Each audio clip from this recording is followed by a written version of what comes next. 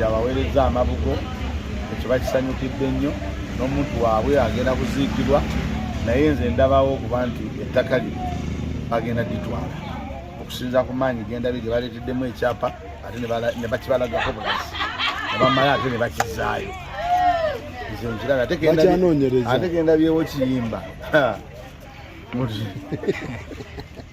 Kanjabye omukadde emyaka giweze 95 n'ekiraamo ky'omukadde kyetulina wano kyembadde njagala otunuleko nga tonnagenda kyonna kyogera ku ye era obuvunaanyizibwa bwawo kifo kino naye mukuumi ng'era naye bw'abadde akikuuma.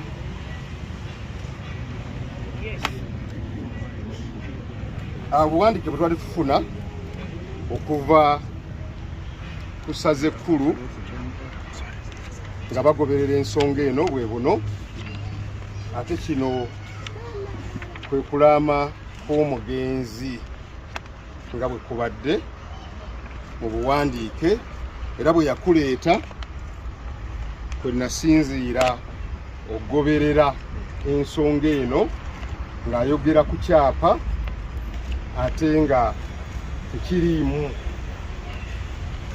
kwe kumubuuza nti ekigambo ky'oleese nga ekyapa tekiriimu, era nasitukirawo nentandika okulondoola ekyapa nga bwe mbalinnyonnyodde okuba enaakulabye okutuuka e Lubaga. Kati emyaka gibadde 4 n'ebiwandiiko ebirala ebisingawo tubirina wano. Sebo oyinza okuyisaamu eriiso oba oyinawo eddakiika, ensonga eyo jjagiraba ku mika egiddako.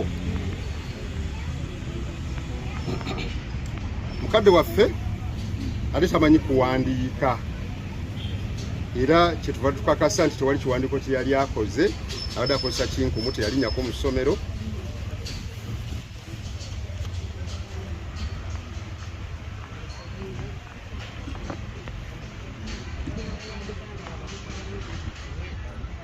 Era byebimu ebibadde bimugaanisa okuziikibwa oba oliawo ng'ekinkumu kye kiyinza okwetaagisa. Ensonga gye yasinzirako kalambira ti bwe munanziika ate olugalo munaalugjawa.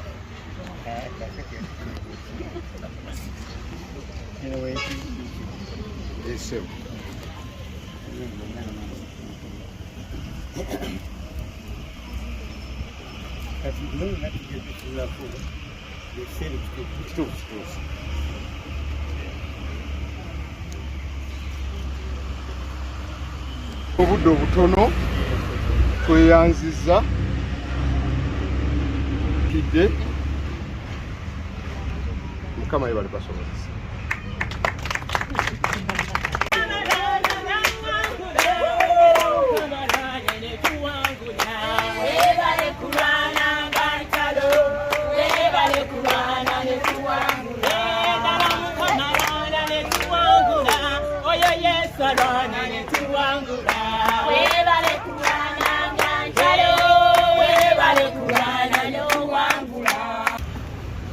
Tetuyinza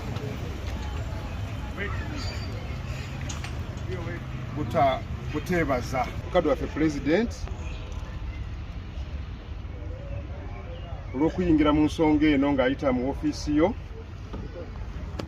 ate n'okusinga ennyo olw'amabugo amanene, olubugo olunene lwatuweerezza. Ekyamazima tuba tuli mu kaseera kazibu nga bwe mumanyi okukuuma wano abantu okumala ennaku zino zonna ng'omukadde bwe yali yalaama.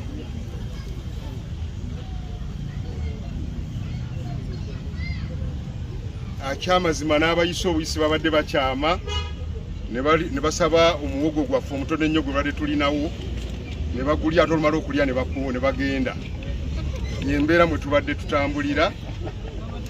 Ate mu mpisa zaffe ez'Abaganda toyinza kugoba abantu mu lumbe.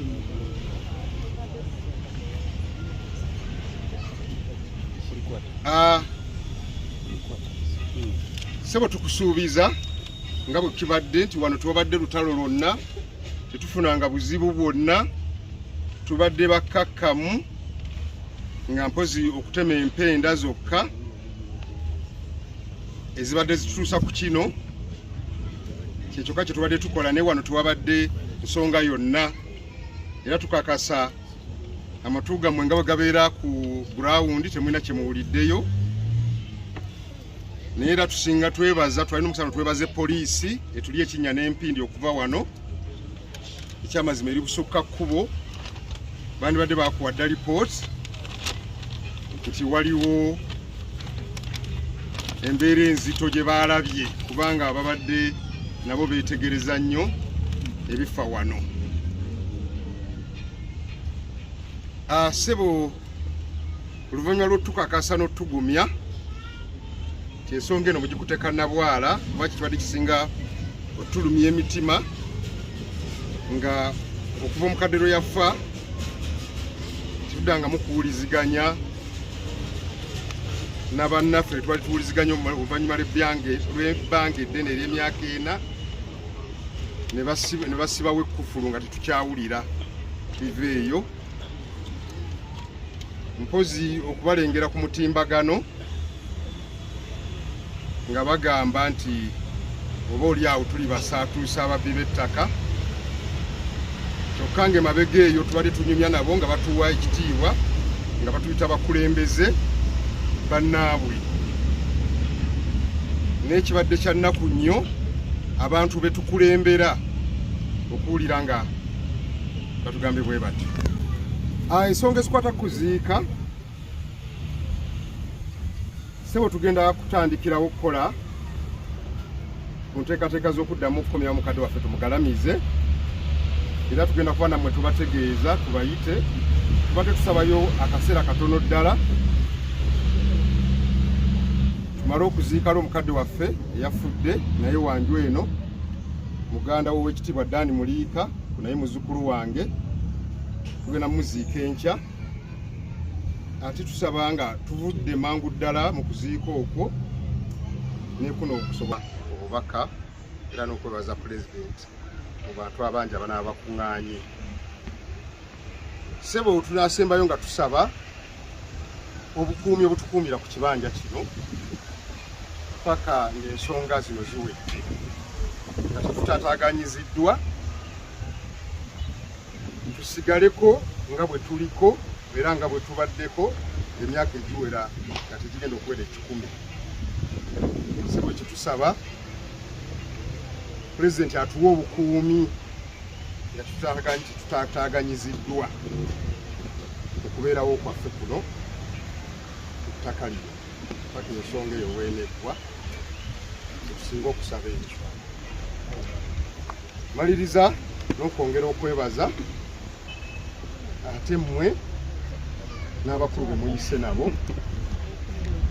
ate n'ab'ekika mbeebaza okuba abakkakkamu mu buzito obungi bwe mubaddemu, n'abantu b'ekitundu mbeebaza kuba abakkakkamu, era mbasaba mwongere okuba abakkakkamu.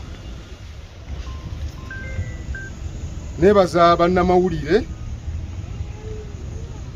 nabo ababadde bagoberera ensonga eyo, ate twebaza nnyo Ssaabasumba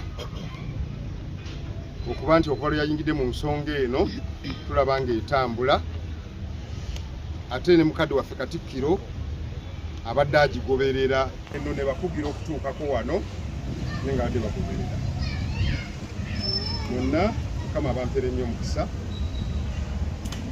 nga muddayo paka tunasisinkana okusibira mukadde.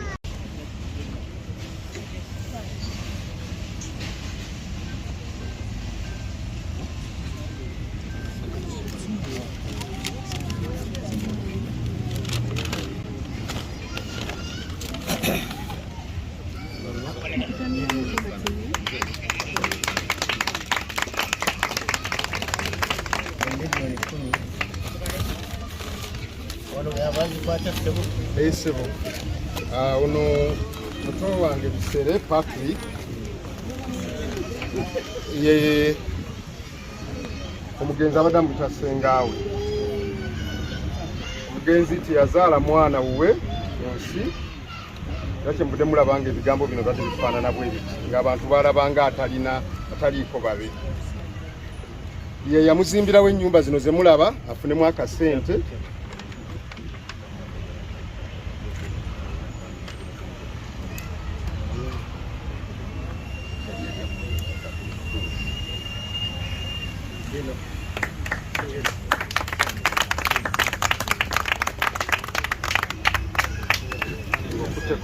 bakomyawo ekyapa kyaffe naye kati ssebe ekyapa kyaffe tukifunye tuli basanyufu era tuli bakakkamu nnyo tewaliko egugungo n'akamu akagenda okubeerawo nakamu ekyapa bakibawadde baaba abakulu bakituwadde kiriwa